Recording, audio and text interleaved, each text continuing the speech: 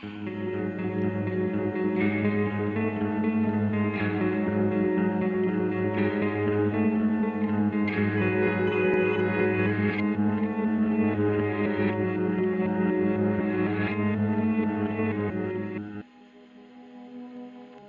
guys, welcome back to Spooky Tuesday, a weekly podcast where we're breaking down all of our favorite slashers, thrillers, monster movies, and black comedies on the new scariest day of the week. I'm Cindy Thompson.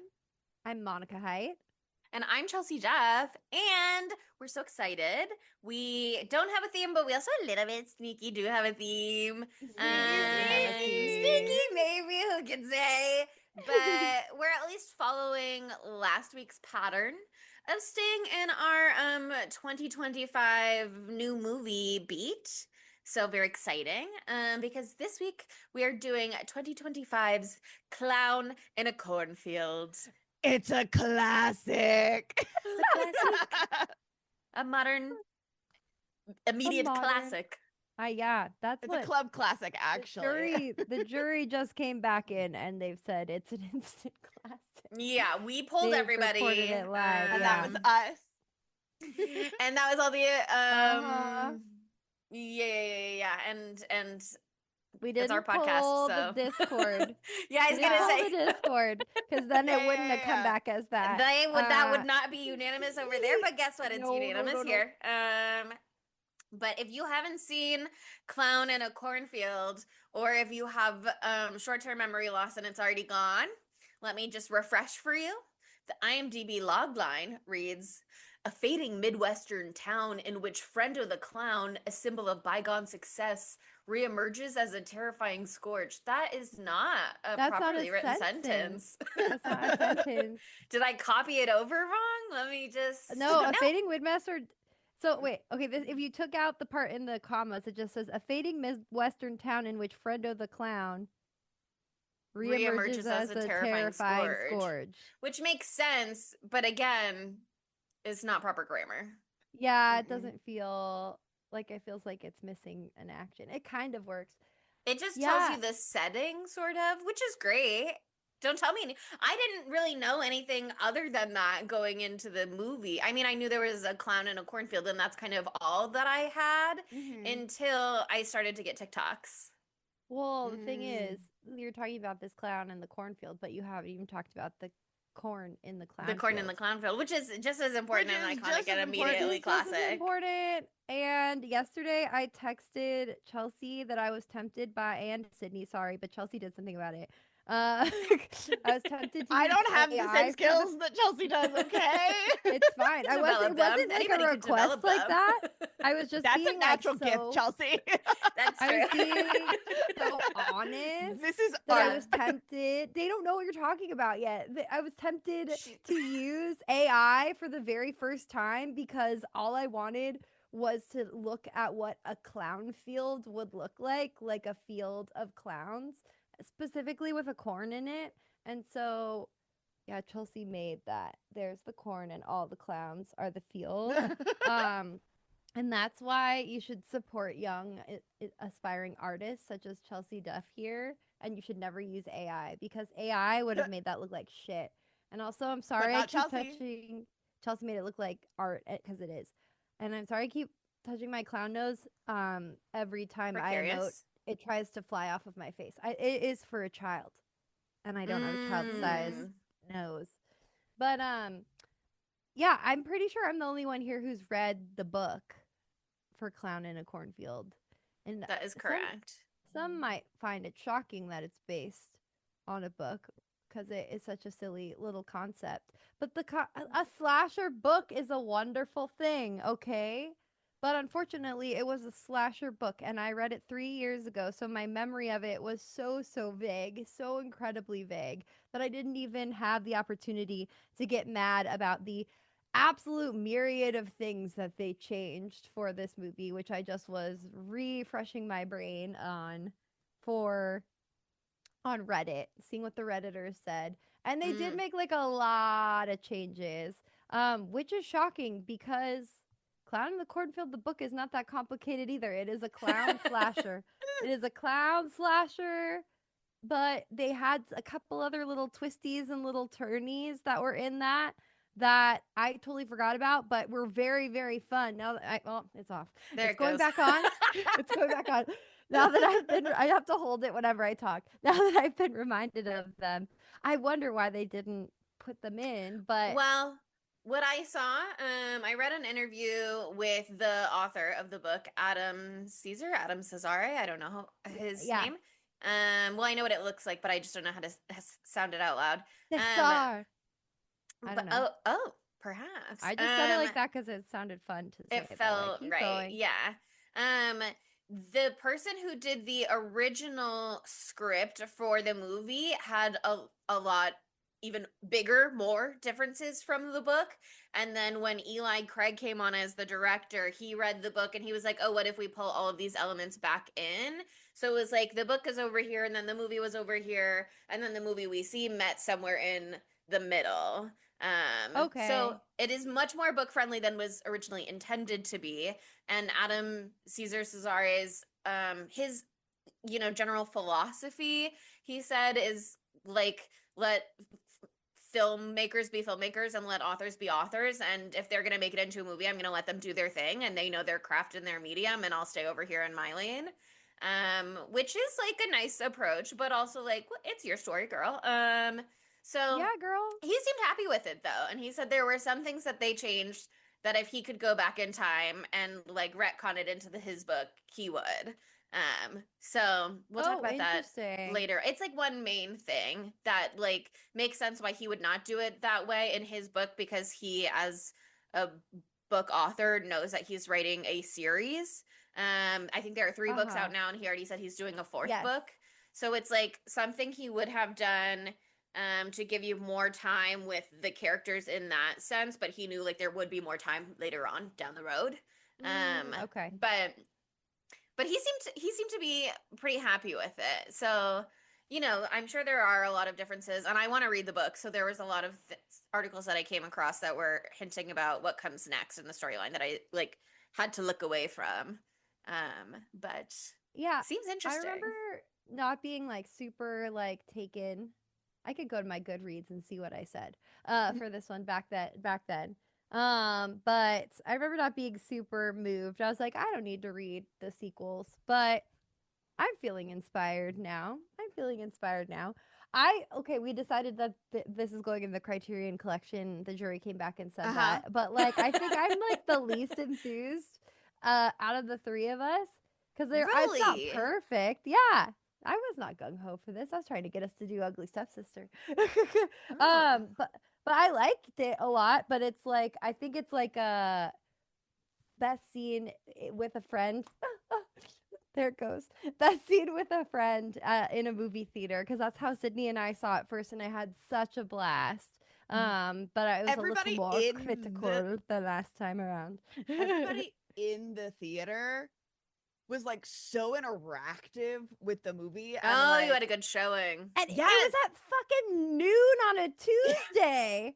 And there was like a lot of people, and everybody was like, "Don't do that, girl!" and like gasping and like laughing out loud. Yeah. And that's the benefit. That's like the best part of this movie. I mean, Mm-hmm. it's the book was like begging to be a movie because like I don't know. I just think that splatter gore described as wonderful, but I want to see it live. I want to see the oh my god, decapitated. Sorry, I couldn't think of the word decapitated and I was freaking out. Decapitated head. I want to see that roll across the floor, you know what I mean? Um Pop but yeah, right into that toolbox or whatever it was. this is like fun time at the theater. This is 24-ounce IPA on a at noon on a Tuesday with Sydney by your side type of movie. And it's super fun for that. I don't think it's that deep, but that's okay. I don't need things to be that deep. We've got a lot of things that are that deep. Sometimes you take a little brain break and it's still got interesting stuff happening. I think this movie is great because it has like really fun kills, and it's also hilarious. It is funny. Yeah. Like I think it does like a really good, like you have the boomers, and then you have like the Gen Z, and then you have the one like could be older millennial, but probably is like young Gen X, and that's the main girl's dad. Yes, the Mm. And he's like town, a love. the town doctor. Yes, Yeah. the lone Gen X. Or Literally did not know his name until the mayoral signs at the end of the movie. Right. he's cute. He He looks is a little cute. bit like Mr. Schuster, a little bit. Mm. That's so mean. Unfortunately, I'm sorry. Okay, but like he's not an ugly man. He's not an ugly man, but he's got Look. cringe vibes. I'm brave, and I'll say it. When I first watched Glee, I was like, Mr. Schuster's the hottest guy on this show. Mr. Schuster, he's a what's that actor's name? He's not an ugly person. You can't say Matthew he's Morrison. Matthew Morrison is good looking, okay? Well, I wouldn't go so far necessarily. But it's Structurally, the defensive. Fibonacci swirl or whatever, he's got He was in a boy pleasing band. They makeup. don't put ugly guys in boy bands, okay? It's not. I don't think that it's controversial to say that Matthew Morrison is conventionally attractive. I don't think that that's controversial. And so Aaron Abrams, who plays Dr. Glenn Maybrook, is also a conventionally attractive man. He's very cute. I liked the father-daughter dynamic in this. And, you know, it's so important to have a dead mommy movie. It's so crucial for there to be a dead mommy movie. So I loved that aspect of it too. But I was mostly like I was like obsessed with Katie Douglas, who played Quinn. I think her acting is so like I think it's very effective, but she feels like, oh, and I gotta get this TikTok girl's name right. Hold on. This is gonna sound like an insult, but I think that it's good. Yes, no, I'm right. She's like the Bella Porch of acting. Do you guys know who Bella Porch is? Yeah. Does that make That's a sense Build-A-Bitch, to you guys? right? Yeah. She's the one who's like, build a bitch. and she makes the little faces and like, Mhm. and it moves around. I feel like They have a very similar face. they have a similar face, and also like she was taking every opportunity to make something a moment. You know what I mean? Like, I don't. It's not like it's overacted necessarily, but like she was like very moving around a lot, and I was just like, "What are you doing, girl? I love it." It was working for me, but I was like, "I love her. She's so theatrical.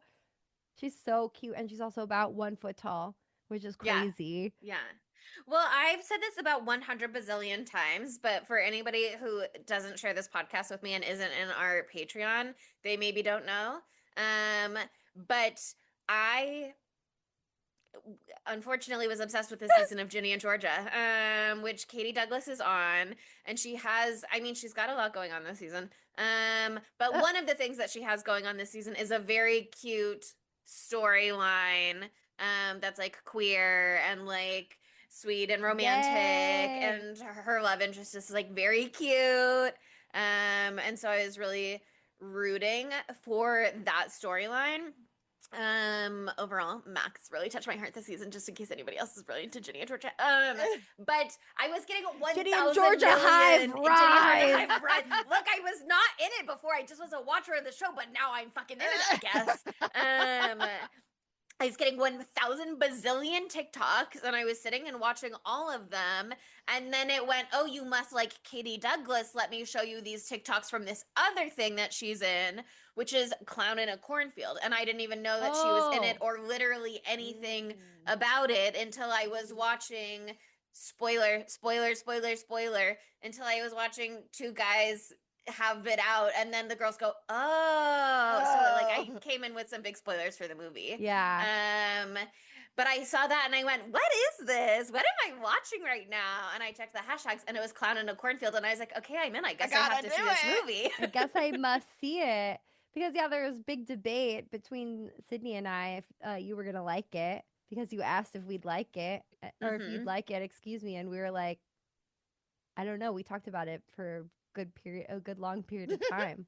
Yeah, you guys texted back and you were like, it's been 45 minutes and we just don't know. We just have no idea. It's gay, but it's rather silly and not super substantive. So I don't know. But like, you like a silly, goofy movie. You like to be silly, Billy. I feel this is perfect for the Ginny and Georgia crowd. Yeah. If we had known that you were a Ginny Georgia Hive, we would have immediately got back to you. Hive rise. Well, maybe I'll watch that show. I think all the people.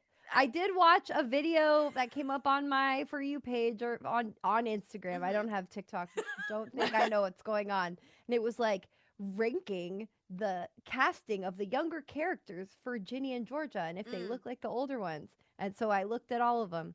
And I was like, this why am I looking at this? Yeah. I was like, I don't only one of them looked super good to me, but it was really good. The girl with the big eyebrows.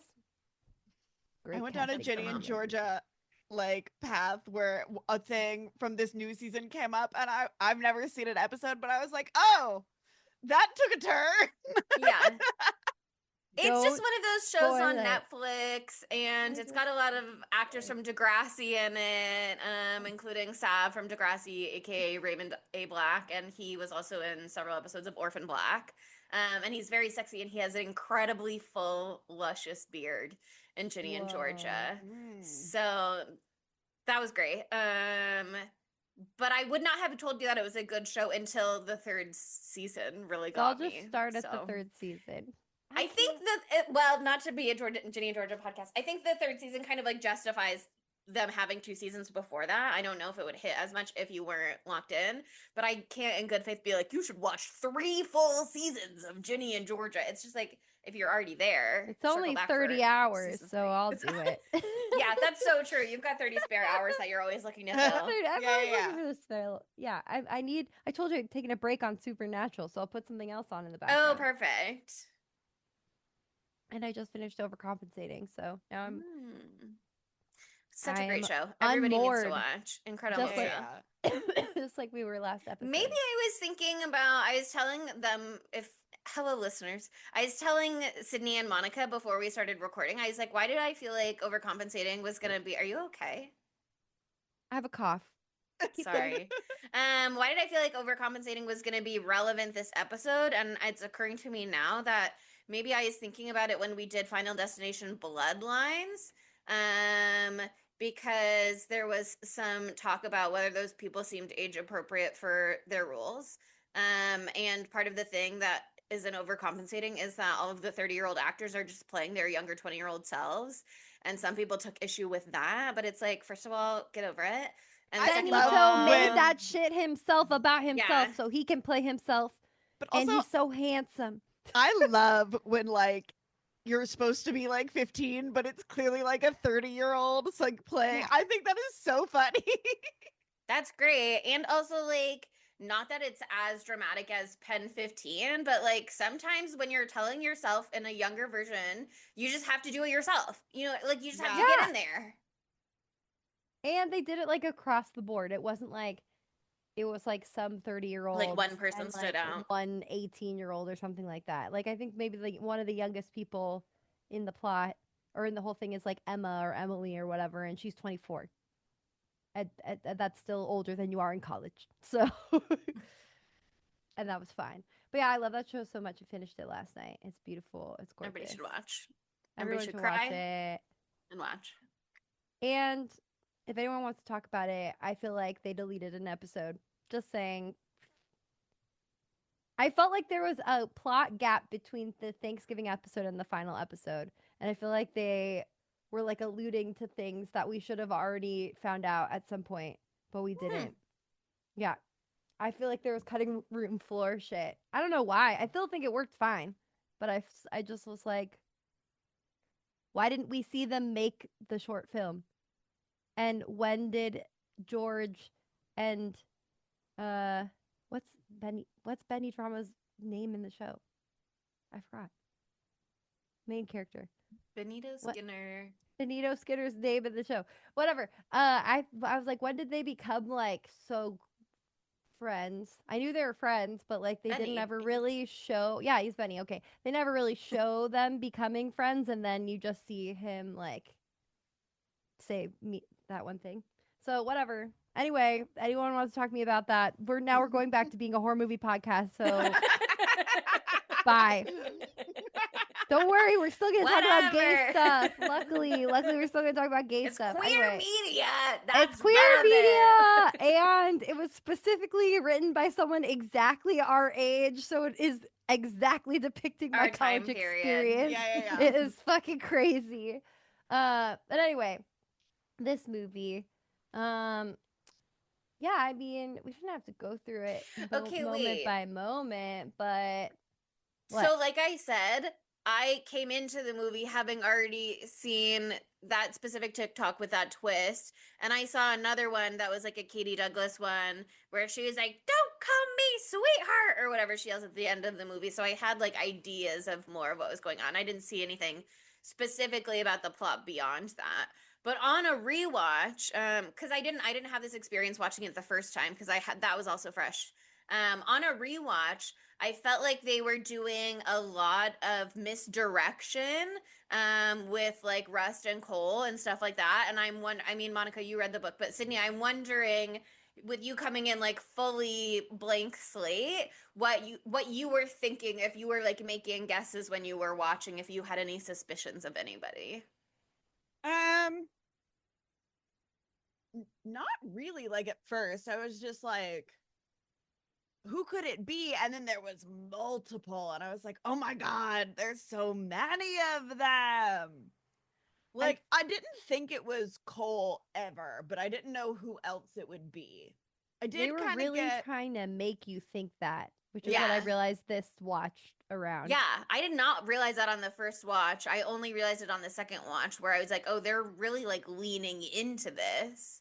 See, I picked up that they want like, I was like, he's a sweetie. He would never.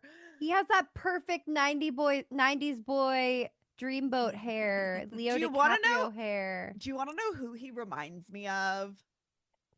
I'm beaming it into your head, but I wonder if we're going to be thinking the same thing. Yeah, same. Except I don't know his name. Y'all remember the movie Brink? I do, but that is not what I was thinking of. He looks like the like evil skater brunette that he has to like go against. Oh. You know who? Wait, okay, Monica, who are you thinking of? Let's see if once we're again, this is I don't know people's names. Remember last episode where I was like, "Isn't that guy in Boy Meets World?" Okay, wait, but I'm like, "Isn't he in Boy Meets World?" I think Sean Hunter. I think he looks like I think he looks like the same guy in fucking Final Destination Bloodlines, where I was like, he looks like somebody from Boy Meets World. I think they all look the same. The guy we're actually talking about, the guy from the last from Bloodlines and from this movie, they're all him. They're all brothers. Are they? All related. They're all related. You're talking about Ryder Strong as Strong Hunter? Last episode? I didn't know his name last episode either. But I thought that the guy who is the dad in the opening sequence, Paul. Mm-hmm. I thought that he was literally Ryder Strong. I thought that actor was playing him, and it's not, because the age-wise, I brought this up last time.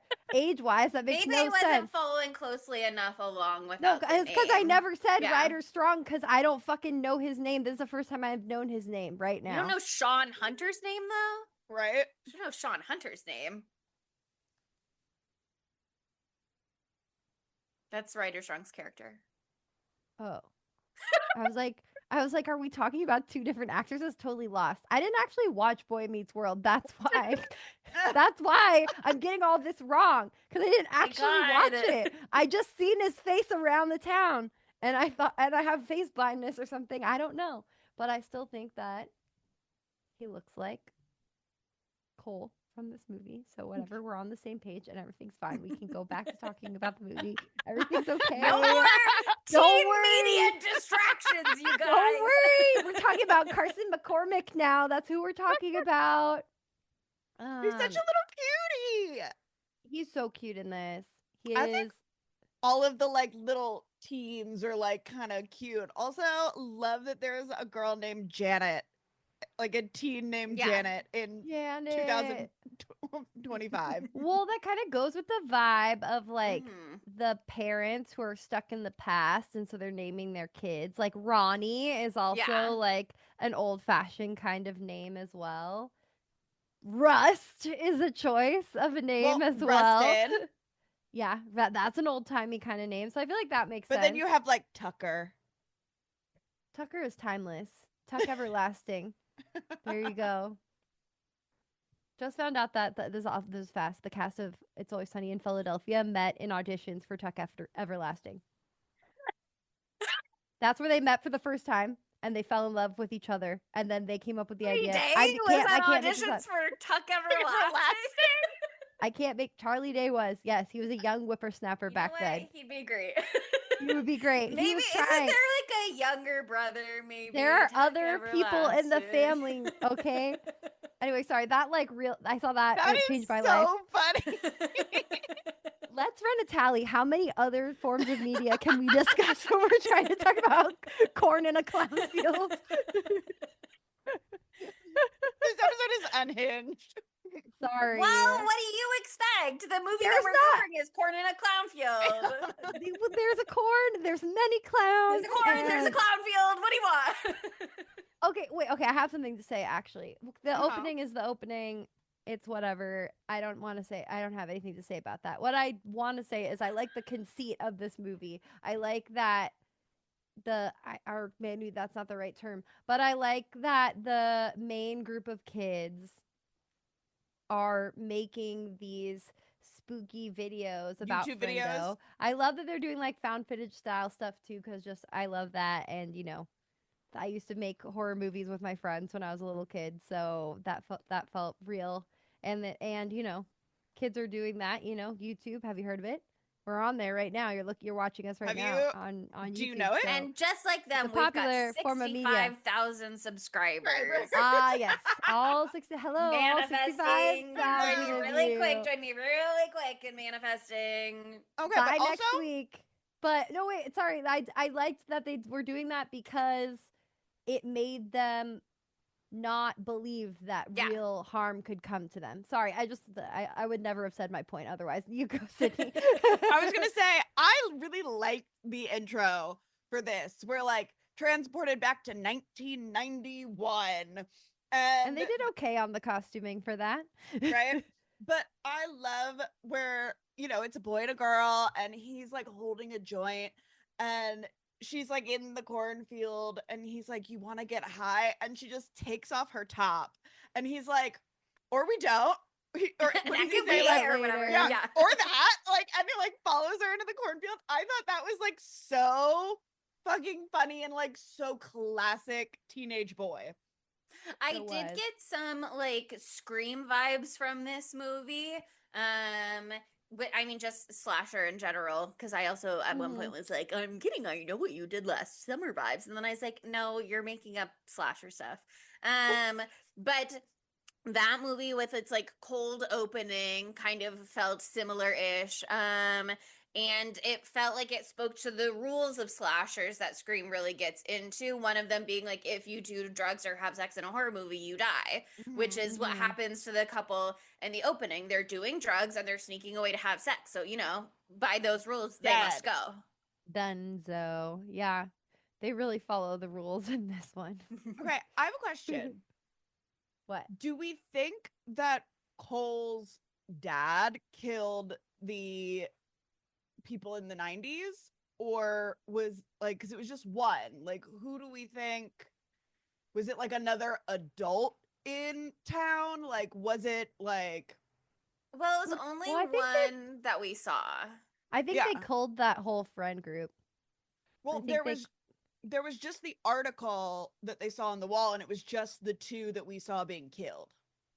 Oh, really? Yeah. I think there is room, though, for that to... I mean, I didn't notice that, so I can't really speak to the contents of that article. But I would argue that there's possibly room for that to have been, like, a beginner kill for that spree, if you will. Sort of the same way that Matt and Tucker's deaths, although they don't get uncovered, that happens earlier in the timeline of this movie than the clown field later on. So it's possible that is just, like, the big headline or whatever. But I don't know. It could go either way. I think the point of it more is like the reveal at the end that like there was the I hate this word, but there was the train car full of hobos that came through, and then there was the hippies in the 60s, and then there was the stoners in the 90s. So it is kind of on this like 30-year cyclical cycle. So that could easily be like a generational thing, which I would say then argues that Cole's grandfather is the one who was doing it in the 90s. But if his great grandfather is the one, the timeline of this movie, I think is maybe perhaps a little wonk in the sense that I don't know when the first book came out, but obviously if there was 3 by the time the movie came out, at least a few years ago, because she's saying like, "Oh, Dad, like your '80s stuff, blah blah blah blah blah." A dad who has a child who is 17, 18 in 2025 would maybe be like 10 years old max, and by the end of the 80s, maybe 13. You know what I mean? Like that could be like his early years of music that he listened to. But they kind of speak. Go ahead. Like my boss was born in like 81 and she has a 16-year-old daughter. So like I could easily see. Yeah. And people also like listen to stuff when they were a kid that their parents were listening to, and like he could have been gotten into 80s rap as a 5-year-old, you know. Here's the thing, Britney when we were 5. I knew every single word off Snoop Dogg's first album by the time I was 4. So sure. Exactly. It's not impossible. Proof of they just concept. They kind of if the great grandfather is already alive and a business owner in the 30s, now 90 years later, only 3 generations. I don't know. It's just like a little. I have to really sit down and do the math, but it strikes me as like more convenient than like I have a full family tree with birth dates and blah blah blah, and so yeah, they're not going that deep. And they don't need to, and it doesn't really matter. But I was thinking about it a little bit, especially like I was saying with like the 30-year sort of generational cycle of it. Yeah, I mean, one of the things that I'll bring up now that's like a big difference from the book, and again, I just refreshed my memory on Reddit, so shout out to those folks. Yeah. But like, and I remembered this too a little bit. The focus, there's a lot more focus on the death of Cole's sister in the book. And I do think it's super weird how they handled it in this, because even if, you know, they don't want, I don't know, it's so just an afterthought, and it's like a huge motivation for Cole's dad in doing this culling this time around. And I guess they like focus more on him allegedly burning down the factory or whatever. Yeah. But it was more like, it was really more about the sister's death and like how much he preferred her to Cole and stuff like that. So I thought that was interesting to take the focus off of that. I guess they're really trying to make this a short movie, but like there's like a whole flashback to like how it happened and everything. So I thought that was a weird choice. Well, spoilers for this movie, but considering that we don't get resolution on the dad at the end, I wonder if that's something that could be sort of investigated a little more, go a little deeper in a second film. If I don't think that they were like holding anything back on purpose, just based on the interview that I read. It doesn't sound like they were like, and we're the way that we're using the book. It just sounds like they kind of were like not using the book that much at first. So probably just got sprinkled in as like, oh, backstory, but that was just like a big like emotional factor. So I thought that was like really kind of silly. And then also there's like another twist in the books that isn't in this movie, and I forgot about it completely completely, but it's actually really interesting. I guess they like wanted to simplify the message of this movie, which like the message is like sometimes the older generation is stuck in their ways and they'll go to violent ends to keep the world from changing to something that they don't recognize. Okay, that's kind of what they're going for. In the book, can I say this? You guys wanted to read it. Yeah, I don't care. Yeah, but I really want to know what it is right now as well. Okay, sorry. I was like, oh fuck, I forgot you actually wanted to read it. In the book, and I might reread it myself. Ronnie and Matt are double agents, and they are traitors. Yeah, yeah, and they just took that out completely. And how does that work? They were like, they also liked things the way that they were or whatever, or they were drinking the Kool-Aid. I don't know. The books get way crazy because like I'm not trying to spoil anything. It's just this the name makes of the me books. want to read the book more. I know. I'm like, okay, the next one is called called Friendo Lives. The third one is Corn in a Clown Field. No, clown. He said, "What if we switch things up?" No, the second one is called Corn in a Clown Field, and then the third one's called Friendo Lives. Yeah. In the clown field. The third one is called the Church of Friendo, I believe. In the clown field. Parentheses.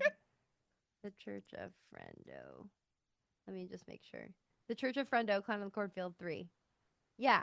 So I think it's more like getting into like a friendo like cult sort of thing than we even can glean in this first book or the first movie. Maybe there's more like deep seated indoctrination that we're not seeing yet, because like I didn't see it when I read the first book either. You know, it's just not a from that perspective. It's just like, oh shit, all the adults are killing us with very horrifically. What the fuck? So I don't know. I think that's really interesting. That it wasn't just the adults, but yeah, I don't know. And they also sanitized a lot of the kills apparently.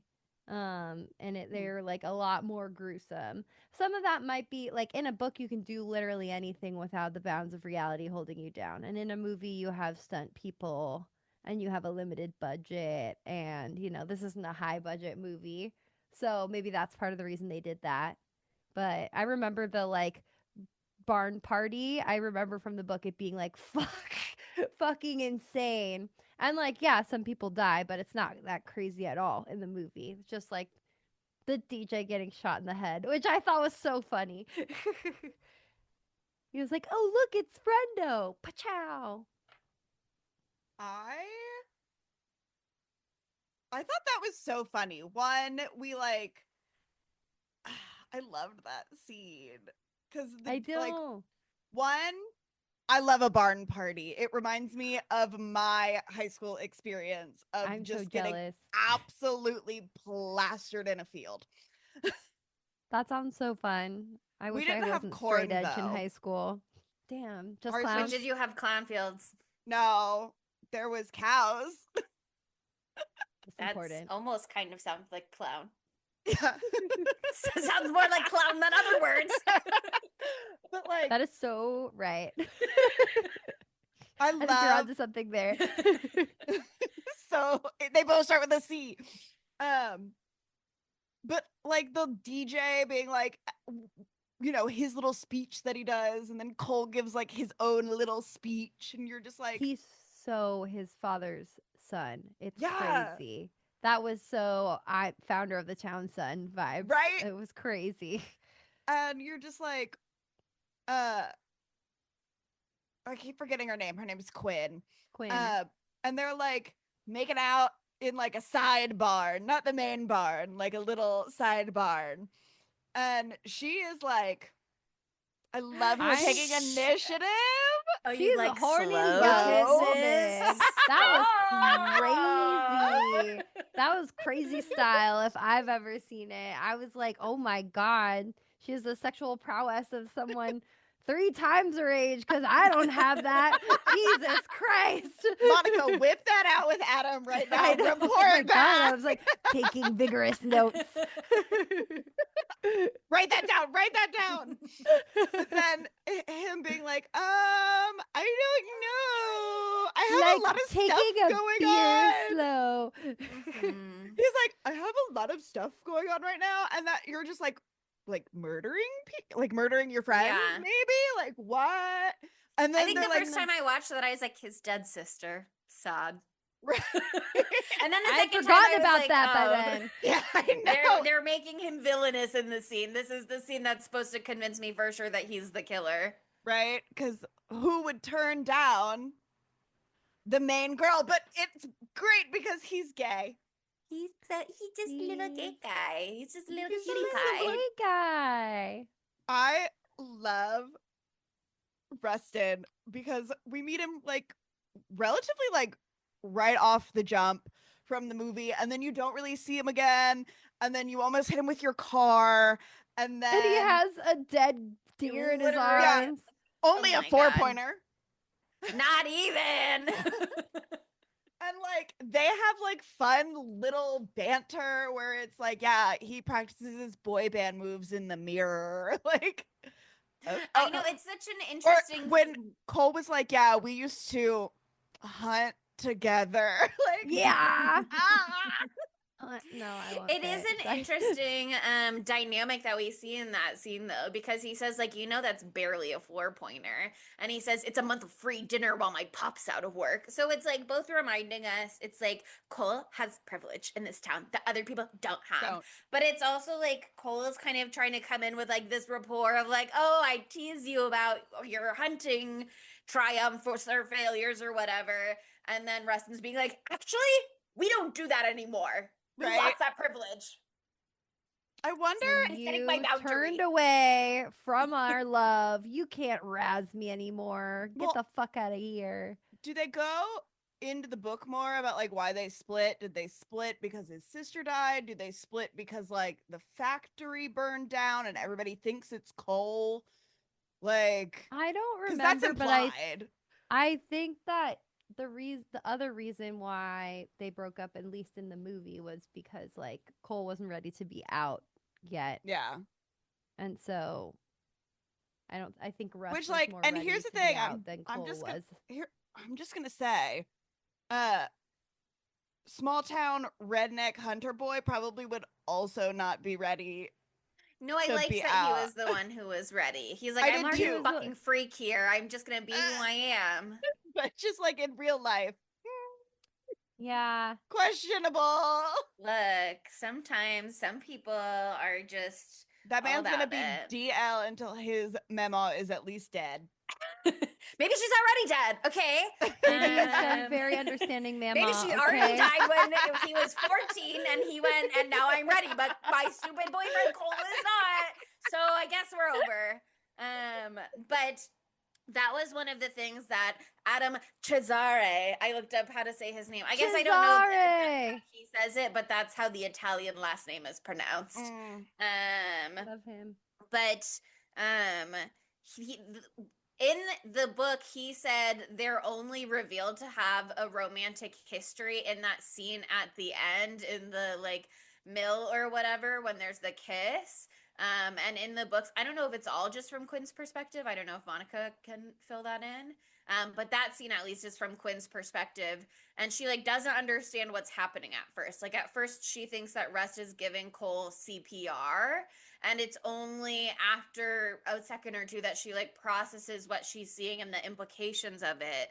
And he said one of the changes in the movie that he really liked was introducing the idea that they had been a couple or at least had a romantic relationship earlier with the scene in the barn when the girls are like, oh, yeah. Because then you kind of have the stakes for their characters and those emotions, and you like kind of grow on the idea of that instead of it being like such a shock at the ending. And again, he wrote his way because he was like, you're going to see them again in future books. And so you'll be able to get more of them together in the future, or at least whatever their relationship is.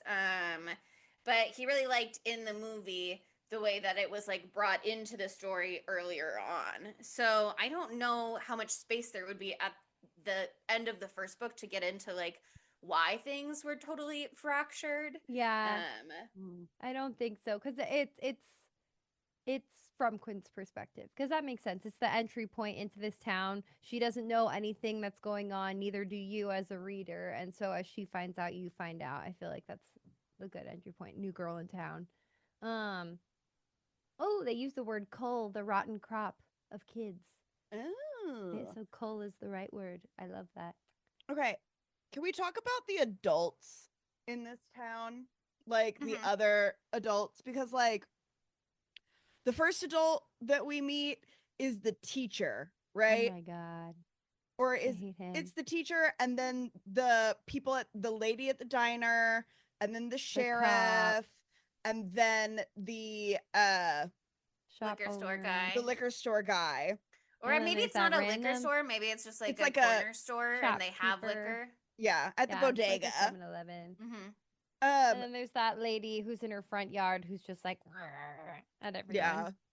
Yeah. The teacher to me is the funniest one. I love the little hee ha-has that they pull on him in class. Like, that seems like something that like he also kind of reminds me of my art teacher in high school, like just like how he kind of physically looks, just like a tall skinny bald man a bit. And we used to razz on him so much. Like, this seems like absolutely something that we would have done to our teacher, but our art teacher was cool and would have laughed about it. This guy, not we cool. Definitely harass our teachers in a fun, loving way in high school, but this was brutal in the context of his brother dying a month before from suicide due to the thing. Yeah, the factory shutting down, the factory shutting down. So that was a little rough, but yeah, I mean, that's a great entry point to how the adults just fucking hate the kids here because he's so brutal, giving everyone detention, including Quinn, who's like, I don't even barely go here yet. Right? Well, things are really out of my control. So she gets detention, and then they're arrested for kind of like things that clearly that they like thought, were they supposed to do it? Like, was that Matt? Yeah, so that's the question I wanted to ask. I'm pretty sure that was Matt, who was on the unicycle at the Founders Day parade. Yeah. And who was like juggling bombs. Because, like, who the fuck else would it be?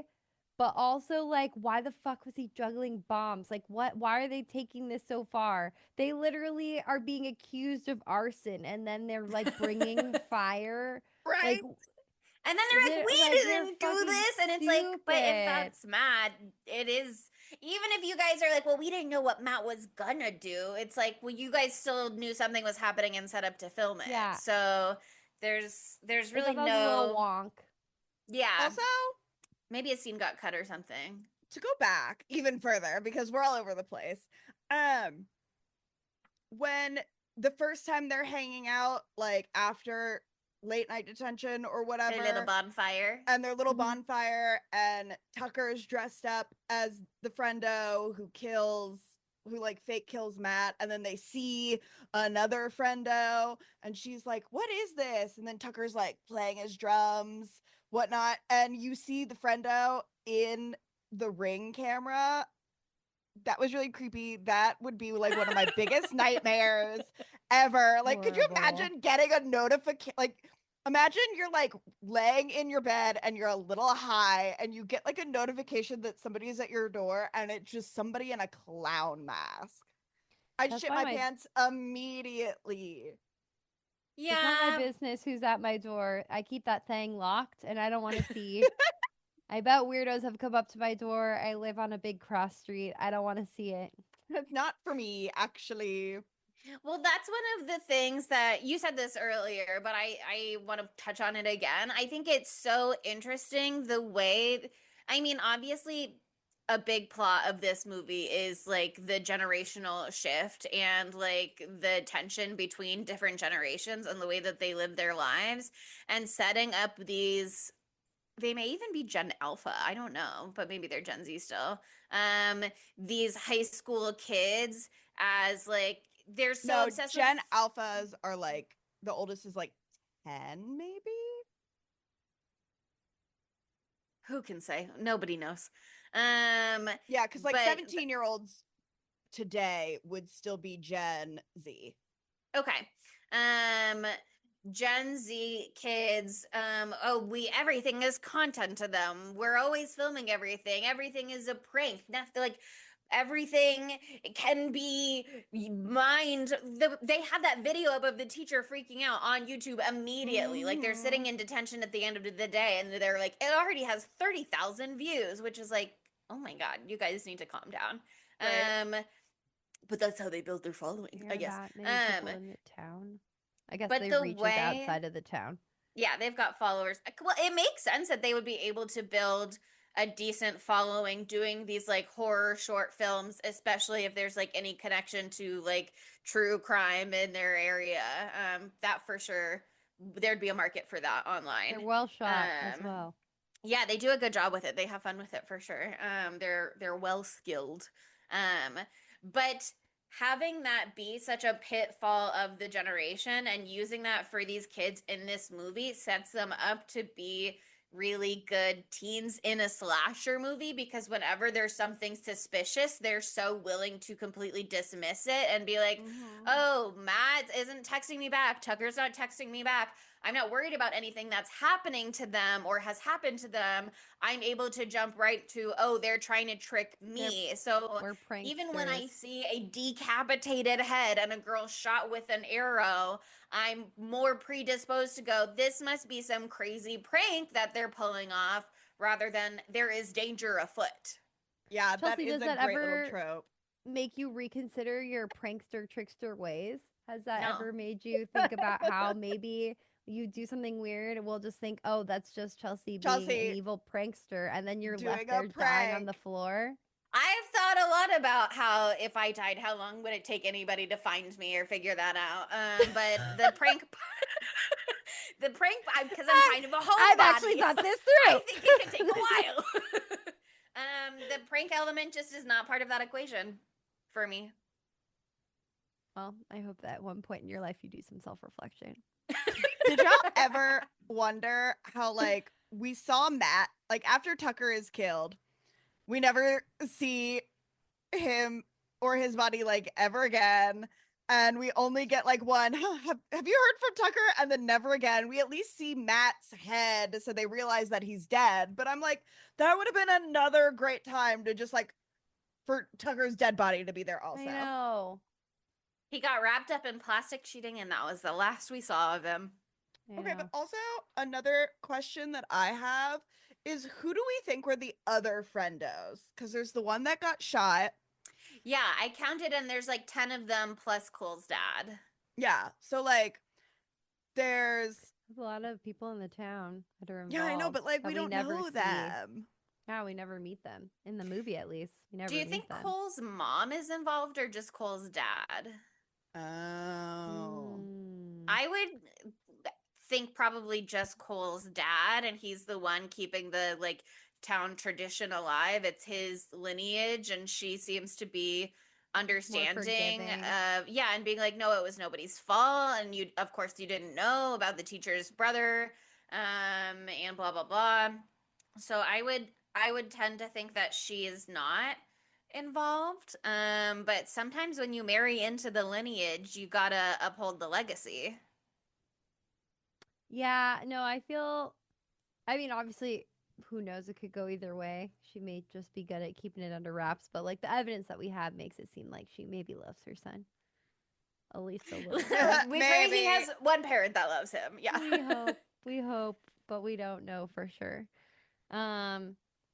I want to give a little shout out to Ronnie, because she's so fucking stupid, and I love that about her. She's all of her lines are so funny. She's such a fucking idiot. It's hilarious. She's great comic relief in this movie for sure. But like, that would have made more sense to me if the book twist was in there, because she's like kind of like slowing things down and slowing things up and stuff. Guys, I don't And want to so go back into the corn. Let's stay here in the middle of the road. it could be Honestly, weaponized incompetence because she's a double agent, but no, she gets cut She gets into got. smithereens. So that ain't the case there. But I really liked Janet's death. I thought it was so funny because she and Quinn are at odds the entire movie. They have to start to work together once shit hits the fan. But like the fact that she's like, "I fucking hate you," Quinn, like as her last words, so that was fucking so funny. And the Well, I other friendo also- being like, "Me too." I also really loved the moment before that when she was like, "Is it bad? Is it bad? I can't look." And she was like, "Oh God, girl, it's so bad." It's so bad, girl. So fucking funny. One of the best, the absolute best my God. movies in this. And they're like, the phone's ringing and they try and pick it up and they're like, dial 911. And it's like a The rotary phone. And they're like, this phone has no buttons. And they're both screaming. That shit. Here's the thing. I remember the entire theater like screaming, crying, throwing up. And then I watched this movie twice. I watched it last night and again while I was just like cleaning my living room. It got me both times. Every It's so time fucking it got funny. me. Well, It because was that's so another funny. element too of like the generational divide is like I mean, I do feel in my heart that Rust can drive stick. He feels like he could. Yeah. But the fact that she can't drive stick and they don't know how to work the rotary phone, meaning they never even like played with one growing up, it's so removed from their lives. It is so like the young people who have obstacles to the survival because they're like rejecting tradition and the older things, but also that is why they can survive to a degree because they're going to be like what's different and the world marches forward regardless. Like I thought it was a very interesting way to insert some of that dialogue that, as I understand it, is like more the book is more political, and so it's like getting into that stuff more, whereas the movie is more hee hee ha ha. Yeah, hee hee ha ha surface level about it. But I did have a section in my notes for adult entitlement quotes where as I was watching this one, I was like, now that I know what I'm looking for, because I didn't know that part when I watched it the first time. Now that I know what I'm looking for, I can be like noting down when they're saying things and they're like giving themselves away a little bit. And of course, it doesn't stand out before you've watched the movie because that is so constant that the older generations are shitting on the new young generations. Millennials are killing bar soap. Millennials are killing going out to dinner. Millennials are, you know what I mean? Like all those blah, blah, blah. So it's so constant that they're going to be like, kids these days are lazy and entitled and don't know what they're doing. Back in my day, we had to walk uphill both ways in the snow. You know, like these things are cliches for a reason. So it really was able to fly under the radar. But there sure is a lot in there. There's like 3 quotes that I wrote down from Mr. Byrne the first time that we see him in class. He says, listen, you kids are spoiled rotten. Back when I was in school, we had it a lot tougher than you did. He said, work is neither easy or fun. In fact, sometimes it can be rather downright miserable. He says, it's time your generation learned some consequences. The sheriff at the diner is like, her generation's got to save the world one cow at a time, right? Like, there's all of these things. Most of it is Kolstad in that section of my notes, like both at his house and then later in the mill. But there's lots of stuff. The only one who we really don't get anything from because Trudy in the diner is doing a lot of like, oh, hi, sheriff. Hi, doctor. Win. So you can tell from her face what her stink deal is. But the liquor store attendant just kind of like is, I mean, you completely understand why he hates them, obviously. But he doesn't do anything in his scene to like give himself away. Oh, yeah, he does. Oh. They walk in the door and he's like watching movie on or watching whatever on his old ass TV and he's like ha ha ha ha ha ha, and then they walk in and he looks up and he's like and he like just scowls at them immediately. His face just goes from like abject hilarity to hate, and it's really funny. Shouts to that actor. It's so he gives him the stink face, classic stink face of hate. You know, we've all seen it. I was in that scene. I was like, and I understand because they're like, don't worry, we pay for everything that we take. We pay for twice as much as what we take. And I was like, I don't know that this $10 bill that they're showing me close up is going to cover an 18 pack of beers and a handle of liquor times 2. Right.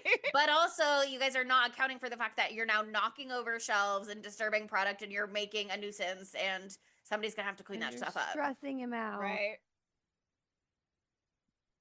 They do kind of seem like the kind of teens who would go to the grocery store and throw jugs of milk on the ground or whatever that trend was back in the day. Do you remember that?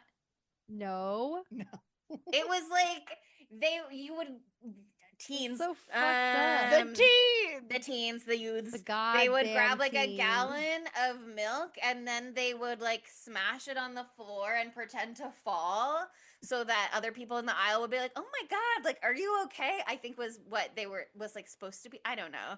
But then it became a whole thing where it's like, teens, stop smashing gallons of milk at the grocery store. Somebody has to come over and mop that up when you're done. Yeah. Remember when the teens were eating Tide Pods? Guys, sometimes you are being stupid kids. I love you, but sometimes you are. You want to know, like, I mean, when I was a teen, we were just doing ecstasy and going to underground raves and planking. Look, planking was harmless and doing the Harlem Shake was annoying but harmless. And here's the thing. So fucking funny. When we were at raves, the only people that we were disturbing were the police, and they deserve it. ACAB. You're going to the warehouse district. It's not a residential area or anything. Yeah, when you're in abandoned buildings on the west side of Chicago, it's fine at 4 a.m. on a school night.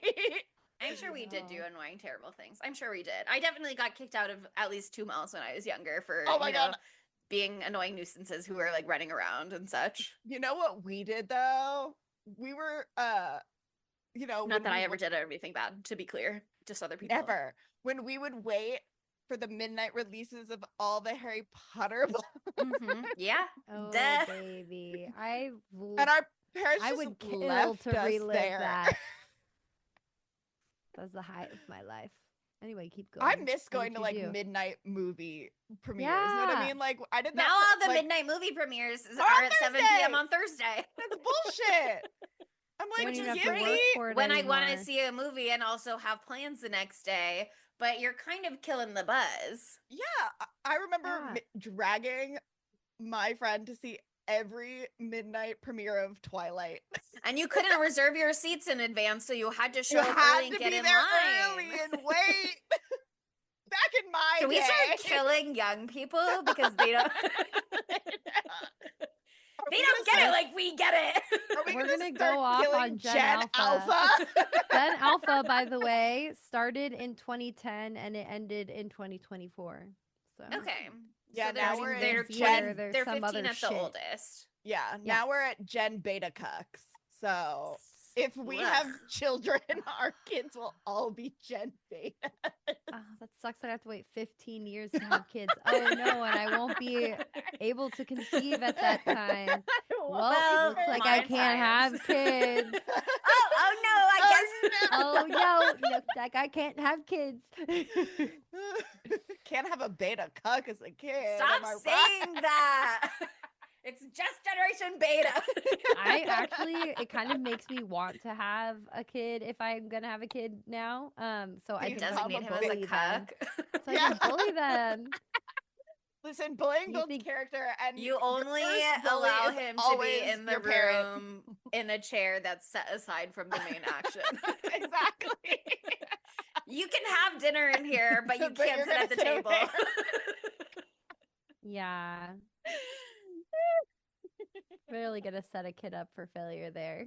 Cuck chair. That's what I call the high chair that my toddler sits in. This is the cuck chair.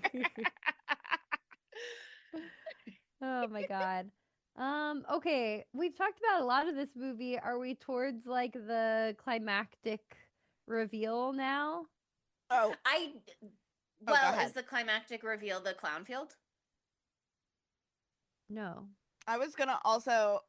I just want to shout out the scene where the dad is having to do like operation surgery on Friendo. Yes. He was so good at that. He was so good at like getting out of that situation. Yeah, like, he's smart. He's a I smarty love smarty. the dad. He deserves to be mayor. Vote for him. The Hippocratic Oath. Yeah.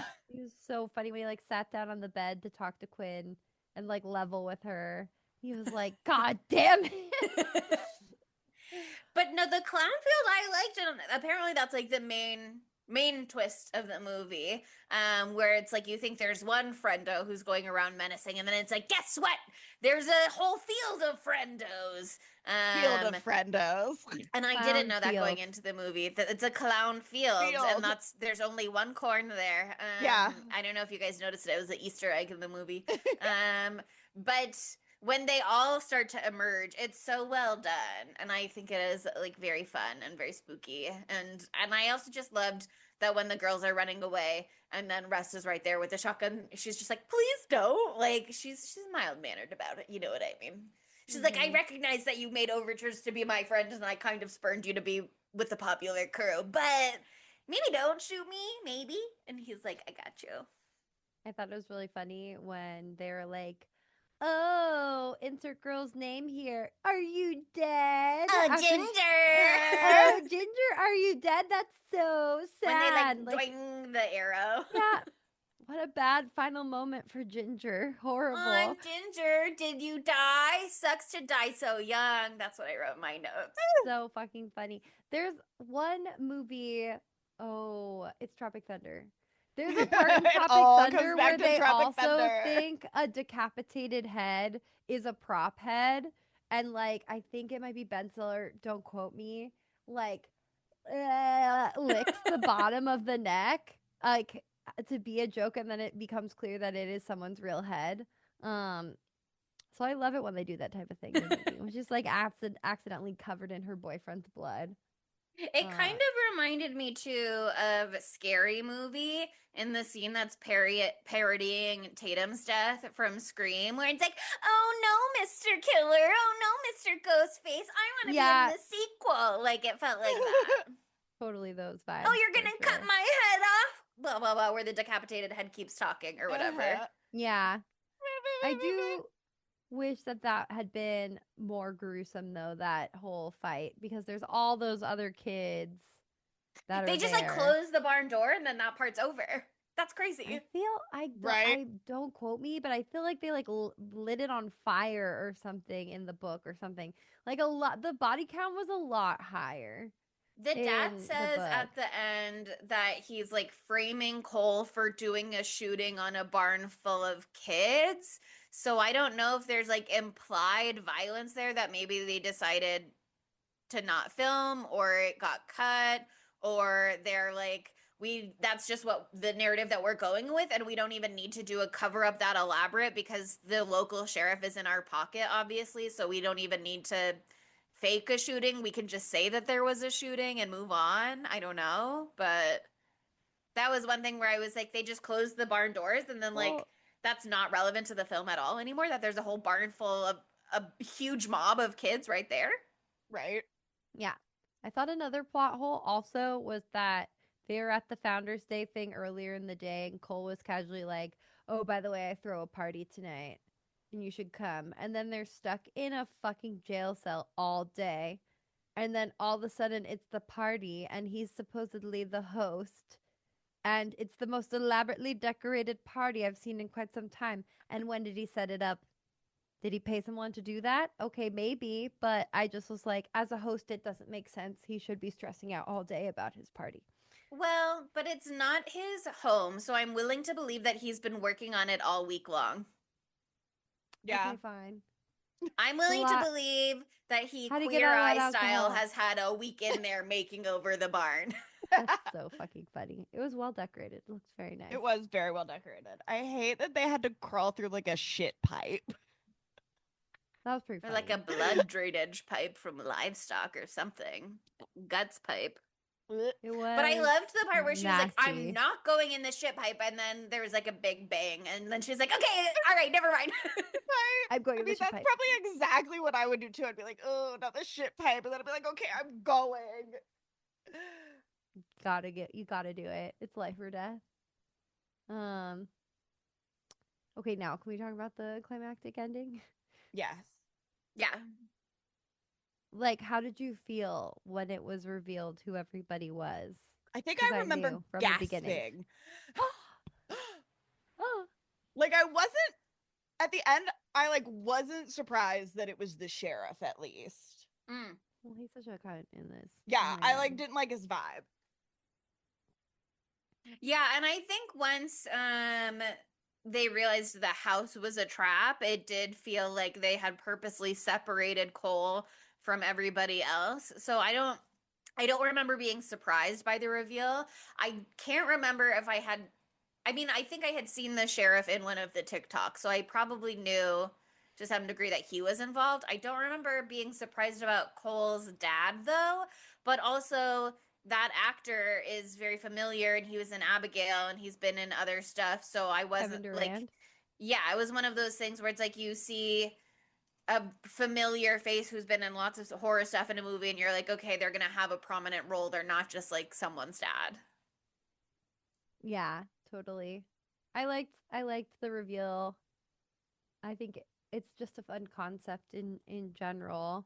What I really liked about the ending was like when Quinn escapes for a second and then the sheriff goes after her. And they go into the room with all the old Friendo memorabilia merch and the clown outfits. I loved that so much. It reminded me of Hell House LLC. And I really like that she fried his brain out with a cattle prod and blood came out of his eyes. Yeah. That was nice for and me. the way the like blue lighting was illuminating his mouth was fun. Yeah, that was a great kill. It was very fun. But yeah, I think the one thing that was a little weird about the ending is that in the books, the dad is like deeply injured. And then he Quinn's dad or Cole's dad? Sorry, the Cole's dad, I'm sorry. Okay. Cole's dad is deeply injured in this final battle or whatever, and then he disappears and they find like the authorities find so much blood that they deem him to be dead because they don't think that there's any way he could have survived. And so that's why everybody's like fucking chill at the end because they're like, he must be dead. And then there's like, at the very, very end, it's revealed that he's still alive. But in the fucking movie, he just drove away. So of course he's still alive. So and also they just never touch on it again, other than the you never think about it Jack again. in the Box maybe, but it's not like you see somebody looming in the background. It's like she just tosses it out the window and drives away. So it's like that's in the past now, except obviously blah blah blah. But yeah, I think like plot wise, it kind of falls apart at the end, where they're like they just were there holding all these ropes and they just dropped them all. And I'm like, okay, that's fine, but it doesn't. Like, it doesn't even like get you excited for a sequel because they don't really tease at it that much. Yeah. I just think that it kind of like unraveled a little bit there at the end. But I'm glad that Cole didn't die, and I'm glad mostly glad that Rust came back to survive. You know, if you don't see a body, that they're gonna come back. So that wasn't surprising. Thank God. So they can have their deep, passionate kiss, which. Again, thank God. Important. Obviously, I'm here for. Okay, and I also love that there's a clown car in this. The clown car was fucking hilarious. Oh my God, wait, something that we haven't talked about at all. I love that there's little squeakers in the clown shoes. Yeah, so like, some really good comedic moments with that. The very, very beginning when the high guy is following after the 90s hot girl, and he's like, damn, girl, you have huge feet. Because he sees the clown footprint. I thought that was really hilarious, too. I also love the little, like, Jack in the Box. Like, throughout the whole, like, yeah, movie. It made me jump every time. Every single time it popped. There's great clown squeaky noises after Matt's death too. Like right after his head pops into the toolbox and it shuts. Yeah, and he walks and then it's away. like he walks away and it's like with his cooler. Yeah, it's so funny. That fell right into the cooler with the beers. It's perfect. That was actually really funny. I hee hee ha ha'd. It was very silly. It was super silly. And I also love that Daddy-O is trying to be the mayor now and turn this town around. And we're putting down roots. And I love that Quinn's going away to college and she is now like it's besties with her two gay boyfriends. Just, right? She's like me so and my two gay boyfriends. And she's flying down that road in that stick shift too. I felt like she was driving very fast for someone who's just going down essentially the driveway still. I love that they gifted her, what was it, a 16-inch like baton, whatever. Collapsible self-defense baton. Yes. That was hilarious. Can never be too careful. And as we know, the story's not over. There's 2 more books. So I'm really interested to see like where this whole series goes. Like I'm definitely gotta read the books now. I don't know. It is interesting. Will the movies happen? Like, did this do well enough? I guess we'll talk about that in a couple segments. But well, I kind of tried to look it up, and I just kept seeing articles talking about the books, so I didn't see anything that confirmed a second movie. I don't know if that news just hasn't come yet, or if it's not gonna come. There better be a second one. I'd be curious. And I wonder if that's kind of why there's some loose threads at the end. Not to say that they were like, oh, we'll save this for the sequel. But I could see them being like, we don't want to introduce something if we don't know yet that there's going to be a sequel. So that maybe they would not like tease the dad's survival at the end if they're like, we maybe want this to be like a closed, not loop, but we want it to be like a self-contained not as embarrassing story if we don't get a sequel. Right. When you're teasing a sequel and then you never get one, it's kind of sometimes sad. And then other times it's like, well, it feels like baity sometimes. Mm-hmm. And I think that they could get away with it here more because again, there are more books, so there explicitly is more story to tell as opposed to a movie that like is like, well, we'll come up with something if you give us another movie. But I don't know. Yeah, I mean, I don't know how this will do. It's a Shudder movie. It's not on Shudder yet. So hopefully it'll have its day once it hits Shudder. It feels like it could have been relatively cheap to make in the sense that there are only so many set pieces and like there's nothing crazy elaborate going on. There's nothing I mean, some of the gore is pretty good, but it's not like so much that they had needed to do big budget or anything. Yeah. And I mean, I think they were able to do a lot with a little, like the Cole being in the noose with his toes like dangling on the top of the car. You know what I mean? Like that's not a super complicated set, but you're able to do like a lot of tension within that moment. So I think it couldn't have been too expensive of a movie, I would imagine. They made it for under $1 million. Yeah. Okay, I also love the director of this. Also directed Tucker and Dale versus Evil. Yeah, did you know that art that's before? Why it's so funny. No! I knew I recognized that guy's name. Was it Eli or something? Eli Craig. He also did Zombieland. Oh, no wonder it's so funny. He didn't write Zombieland, but he directed it. But he wrote Tucker and Dale vs. Evil, or at least the screenplay, and he wrote the screenplay or worked on the screenplay for Clown in a Cornfield as well. He did Little Evil also, which I've always wanted to see.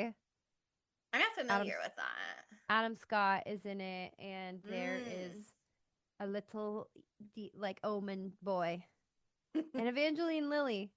I don't know if it's their adopted son. Oh, Gary, who has just married Samantha, the woman of his dreams, discovers that her 6-year-old son may be the Antichrist. Oh, cute. Yeah. Samantha is his dream. Lucas is his nightmare. That's the tagline. That's funny. I want to watch it. Okay, I have some discussion questions if it feels like an appropriate time for that. Yes, because we got to get into segments. Yeah. So one of the ones that the movie touches on a little bit is there's the black guy dies first trope in this film, which Tucker is the first to go, and I think there's some like narrative support for that, and that he's the person who dresses up as Friendo, so it makes sense that Friendo would target him first. And also, if they're all traditionalist Midwesterners stuck in the past and hell-bent on things staying the same as they've always been in the Great Americana, it makes sense that they would be racist. And the movie acknowledges it a little bit with Ronnie when they're running through the corn, and she's saying like, ugh, that means that I'm next if it's like an 80s slasher horror movie. But I don't know, it still kind of felt, it like made sense in this movie, but it's, if they weren't gonna like address it a little bit more, they didn't do it enough. Instead they just fell into the trope. Right. It feels kind of like they just fell into it. And I feel like they would have like pitched those actors maybe on like, no, it's so like meta and in the know about blah blah blah. And then it feels like kind of just like they did Tucker dirty a little bit. Ronnie obviously gets more screen time. But I don't know. No, it feels like they did Tucker dirty to me too. Like I was like, you didn't make it like smart enough for this to be tongue-in-cheek enough for it to fly under the radar, you know what I mean? Yeah, and again, it makes sense for those characters to have those motivations, but also in the books, if Ronnie is maybe she's not black in the books, I don't know, but for her to be a double agent also kind of like undercuts that then at that point. I can't tell you who could say either way. No idea. Okay, what I can tell you is that Eli Craig's mom is Sally Field. Anyway, I keep going. He's a Nepo baby. Yep. Wow. Like, for him. Like that Sally Field? Yeah, that's Sally Field. Anyway, keep going. How many sons does she have? I don't know. Didn't one of her sons date Samuel Greisman is her other son who dated Adam Rippon, the Olympic ice skater, perhaps? Or she wanted them to date? I don't know. I don't remember. Anyway, my other discussion question is like, okay, we see the 90s opener, if it's just those two or if it is like a larger massacre, like, okay, so that generation of kids grew up and became all of the next friendos. Like, I'm very curious about how this gets passed down in this town if it is so all-encompassing, or not all-encompassing, but if there are so many of them in the framework of the town, and if this is happening every generation or so, I find that interesting. Well, twofold. One time they did it was with, the hobos that came into town. So those, they culled them, and they weren't the next generation. And the hippies were also outsiders, so it's like... hippies are also outsiders. But the 90s, they kind of frame it as like, those are the kids of the town. Yeah, and I think they could have been, but that they're doing the same thing now, too. And I don't think that they cast it right for it to be, like, the group to be old enough to have it be that way, but I don't think they culled like everyone. So I don't know. As in the book, like we were saying, Ronnie and Matt were double agents, so maybe there were more people who were on the team of Friendo, on Frendo's side, so they didn't have as many people to take out. But it is stupid. They're just like absolutely decimating the next generation. You guys have a small population. I don't know how many you can afford to lose. Yeah, it doesn't make sense. And then also, the insurance fraud thing, burning down the whatever corn syrup store, that doesn't fucking make any sense either. If his motivations are like to keep things the way that they were, then he's like putting all of his compatriots out of work. And I don't know if he needed to do that to like motivate them to kill all the kids them or whatever. But then also like, okay, the factory's burnt down. Like, what are these people gonna do? Like, that is the lifeblood of the town. So how's the town gonna survive? I mean, it doesn't make sense to me. Yeah, I think it's one of those things that makes sense in terms of the character just being short-sighted. And he is either needs money immediately, and so he's like, "Oh, I'll just burn down my factory and get some insurance money right now." Or he's like, and I need to kill my kid and I need to convince all of the other friendos that this is necessary. So let me paint this generation as like actively sabotaging us. I think that makes sense. Or I think he's like, I'll just have more kids. And it's like, not that the actor is that old, but it's like, my guy, hello. Like, he's a man, so he thinks it's just gonna be that's classic men's hubris. But I don't know. I think it makes sense. 18 years. Yeah, it makes sense to be like, that guy just sucks and is kind of stupid, and so his plans are stupid because he's stupid. But it is a stupid plan. It's a very stupid plan. It's a stupid plan. Yeah. Well, we'll have to read the other books to figure out if it has more details to make sense. But did you have any more discussion questions, or are we ready to move on to our segmentos? We can move on. Awesome. How could this movie be gayer? It's already gay, canonically. Hooray! I love it. Okay, but also Janet and Ronnie are together. They're holding hands, they're linking arms. After they both tried to hook up with Cole and he both rejected him, they were just like, what's that trend, that TikTok thing where it's like somebody, I'll send it to you. I can't explain it well, but it's like, look at one and they're like shaking hands and they're like, when you are like Eskimo sisters or something like that. Or like, it's great. I haven't seen that one. No, it's got the Pink Panthers song Illegal on it.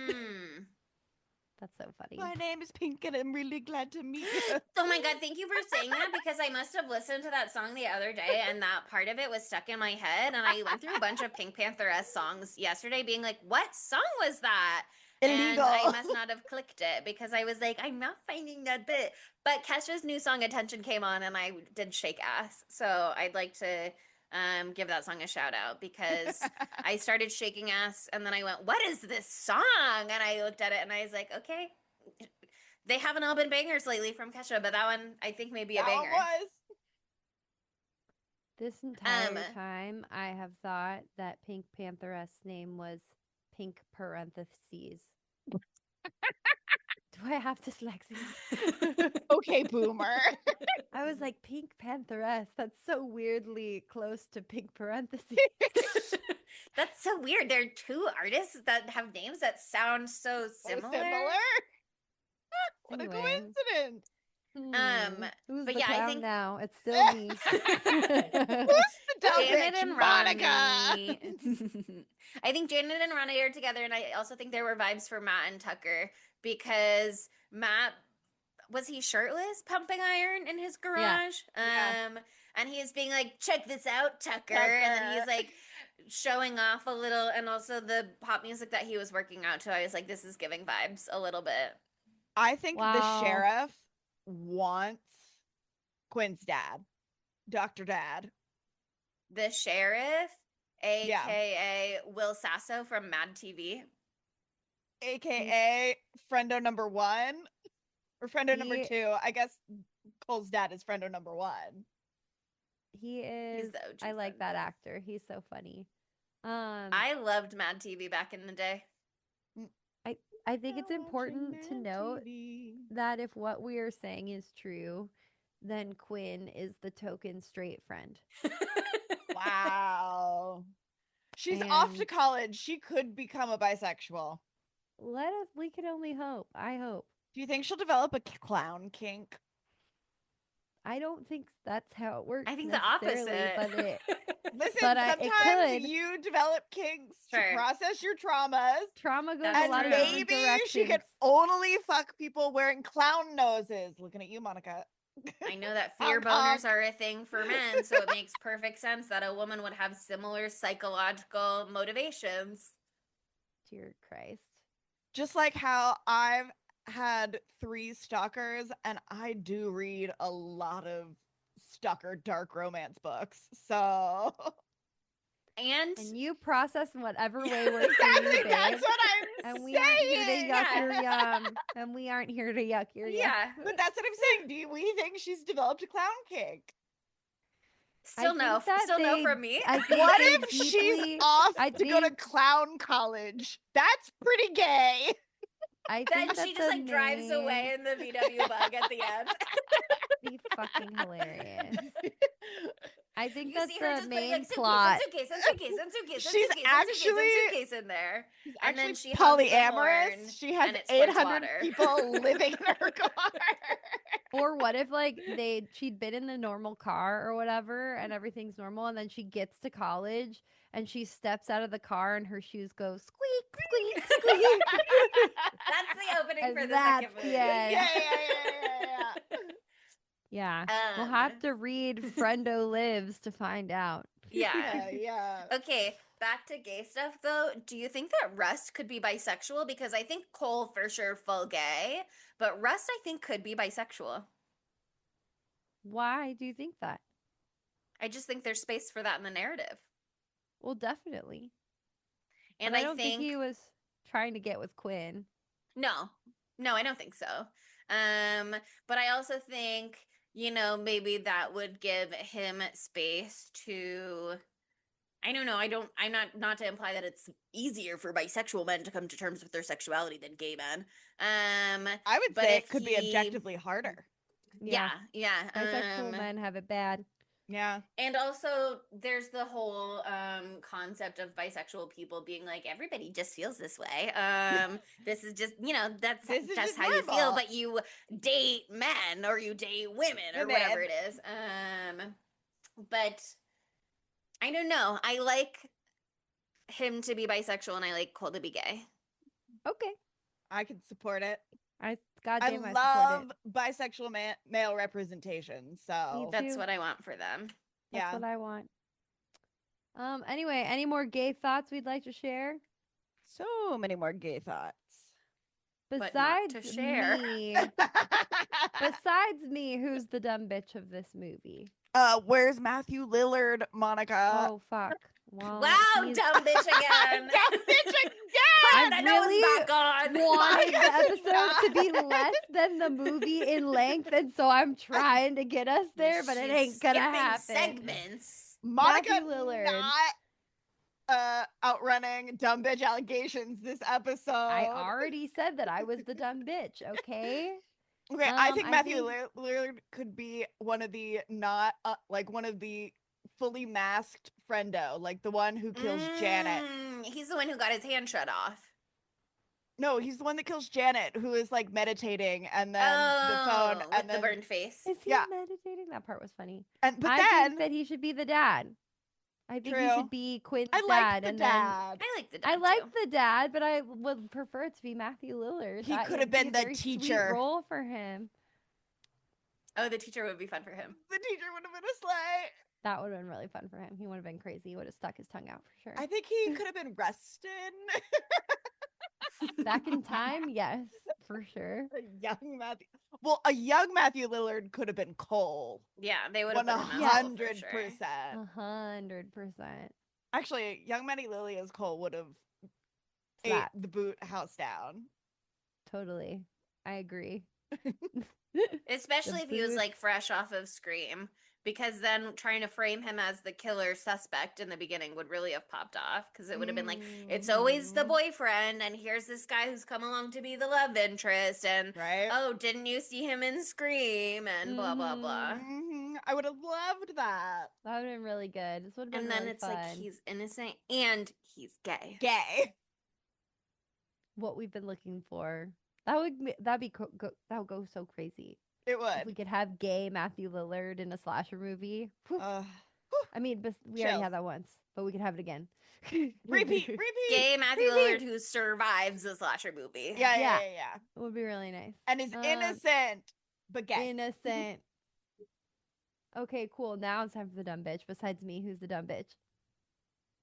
Yeah, I mean, we've talked about it. Cole's dad, he's not forward thinking. He's not. And I mean, through. That's explicitly part of his character is that he resists forward thinking.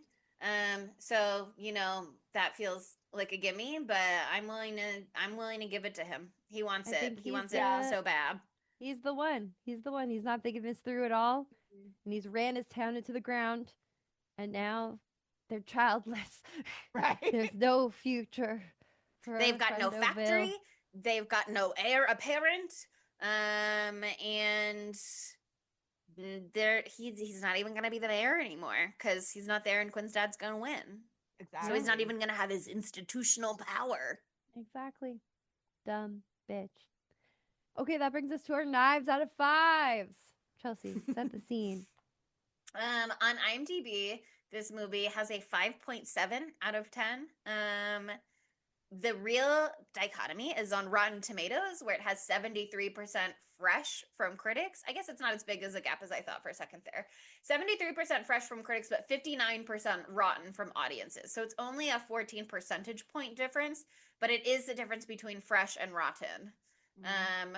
However, somebody on IMDb trivia, for which there were 4 pieces of trivia, most of them not that interesting, but one of them said it was a major score for IFC on their biggest opening weekend, recorded with a $3.6 million gross. So if they had a $1 million budget, marketing aside, because that also was going to cost money later on, but if they made $3.6 million opening weekend, you would think that it did well enough it made 10 that they mil, could do a total. I guess I don't know what they mean by gross then. Maybe that means that was the opening weekend. Oh, you're saying total it made 10 million. I thought you were saying opening weekend, sorry. Yeah, you'd think it would be doing well enough in comparison to its budget that they would feel like a sequel could be financially profitable. But maybe the budget needed for a sequel would make them question that. I don't know. Yeah, I don't know. I mean, I think that they probably want to look at how it does on streaming because I think that since it's Shudder gets a lot of their money from being Shudder, that's their whole thing is that they're horror streaming platform. So I think that a lot of people probably didn't go see it in theaters because they have the subscription and they know it's coming. And it also didn't have like huge marketing, Yeah. So yeah, I legitimately it wasn't in the theaters very long. I only knew the title of this movie and that you guys said that you liked it and that other people in our Discord liked it.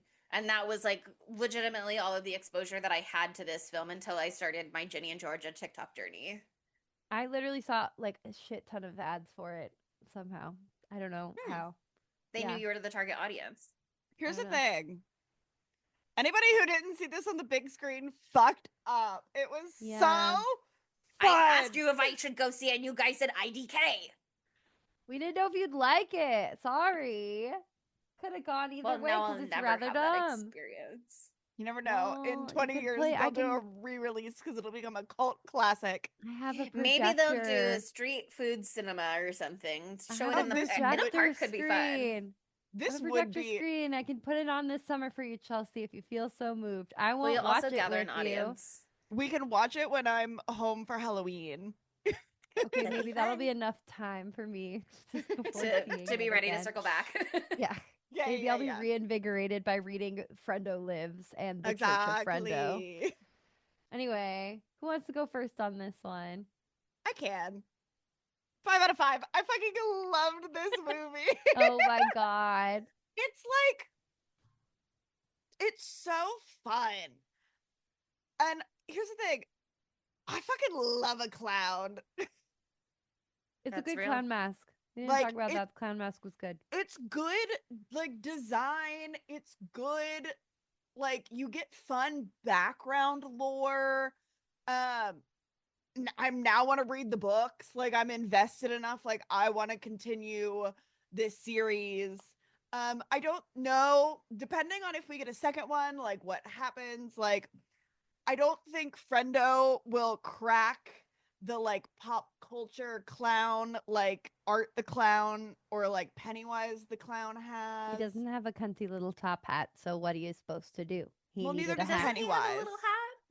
Well, Pennywise was the first. It's just like a little hat, I thought. Oh, True. he does?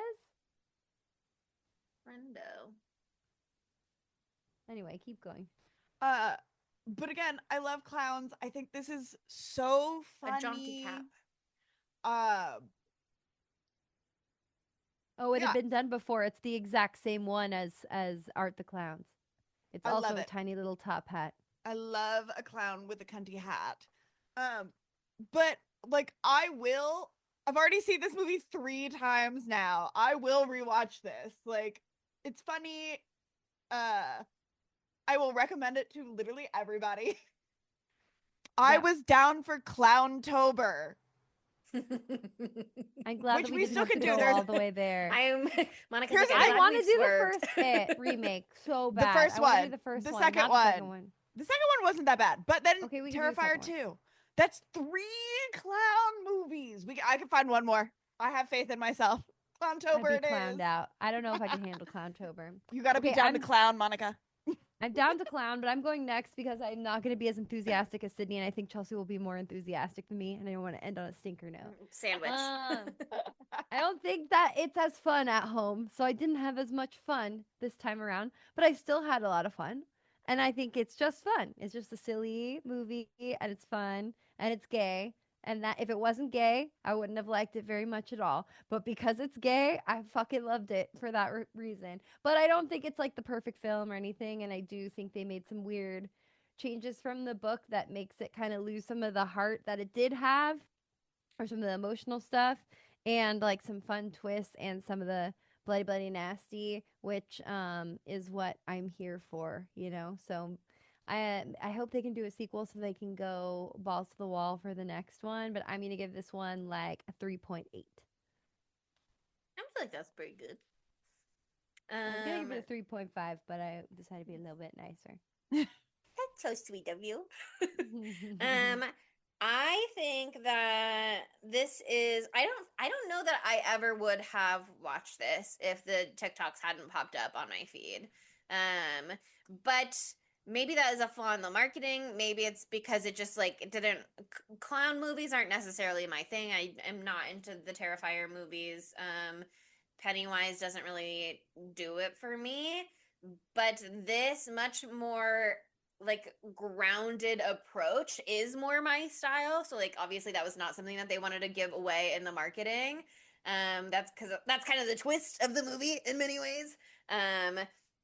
But that knowing that that is what the story is makes it much more of a Chelsea movie than the alternative. I'm really interested in what the movie has to say about society and the people who insist on staying stuck in the past versus the people who want to make forward march progress. I think they do some interesting cultural commentary on the different generations. I think it is also just like a fun teen slasher, which is I don't know what I thought it was gonna be, but that is like absolutely the vibe that I wanted from this movie. That it's just like teens and they're getting slashed, but also some of them are gay, and also they're having fun, and then they're being like "fuck you" to the like retrospective adults who like want things to be bad and exclusionary and discriminatory forever. That said, like we talked about, I think the movie just like drops the ball on some things. I think having the Black characters die first and sort of winking at that, but without really like meaningfully engaging with that, is just kind of a missed opportunity. Whatever is going on with the barn kids, where they just like close the barn doors and then we move on from that entirely. I'm like, what happened there? So I do think that there was room for this to be a better movie than it was. That said, with it exactly the movie that it is, I think it is like fun. And I know you guys are saying like it was such a great watch in theaters. I think it is a great, not like a full background movie, but it can be. You know what I mean? It's like light and easy enough in many ways where it's like you can just be like watching it like the way that you binge watch a Netflix TV show. So I thought that that is really gonna be a good vibe for it when it does hit Shudder, and I am hopeful that that will carry it to more success. This would be a great like cabled TV movie. Yeah. Not to put this in a House of Wax comparison by any means, but I do feel like it has some of like what is great about those things are just like teens having fun, getting sloshed. Um, you're having fun, you're hee-heeing, ha-haing. I think it is like a fun watch, and that's all I wanted it to be. I think it's a fun time.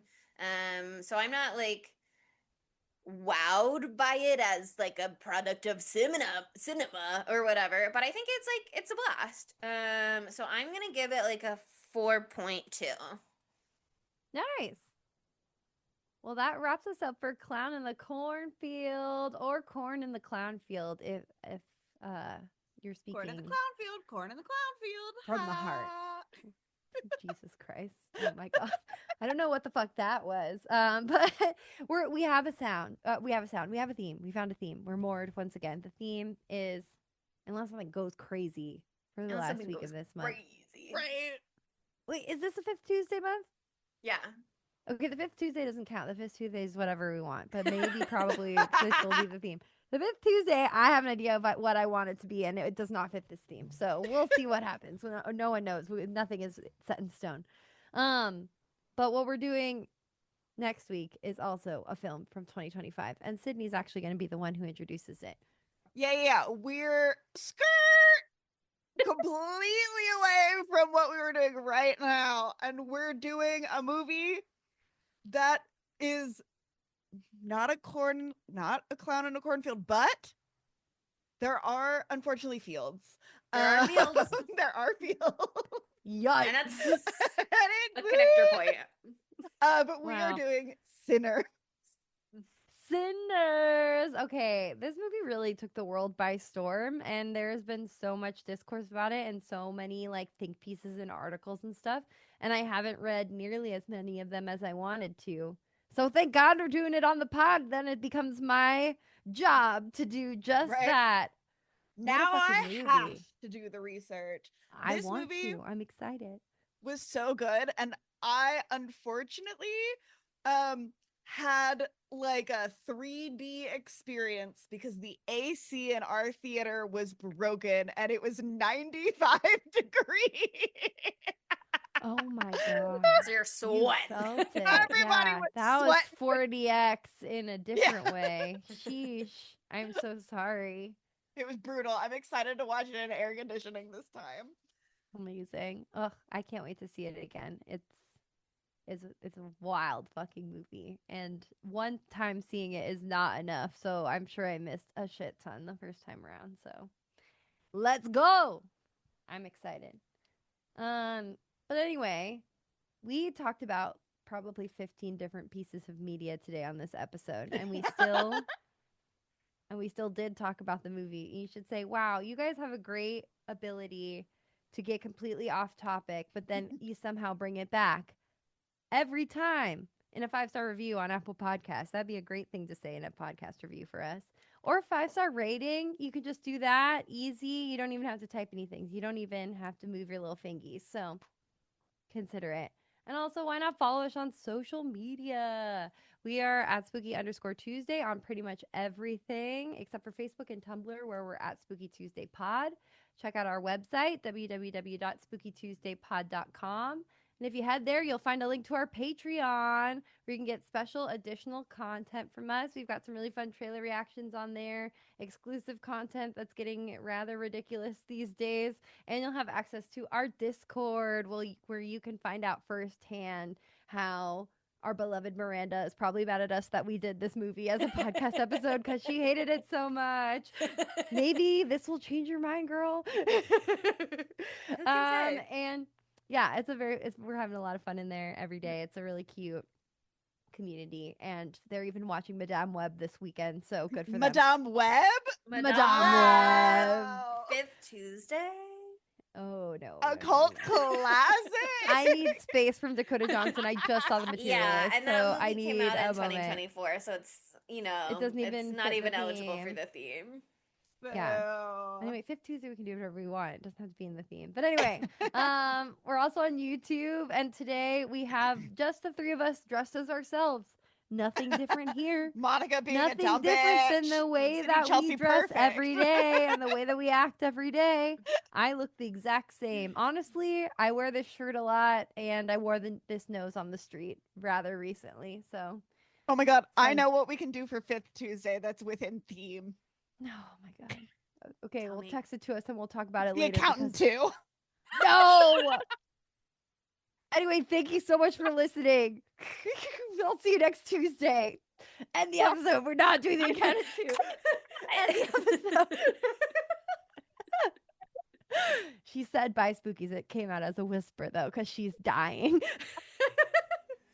Spooky Tuesday was created by Monica Haidt, Sydney Thompson, and Chelsea Duff, and edited by Sydney Thompson. Our gorgeously spooky tunes are all thanks to Tamara Simons, who you can follow on Instagram at Great18. That's GR818_. And our podcast art is by Ryan Brom, who you can follow on Instagram at Ryan Brom Art. That's RyanBrommArt. Learn more about Spooky Tuesday at spookytuesdaypod.com and subscribe to our Patreon at patreon.com/spooky_Tuesday.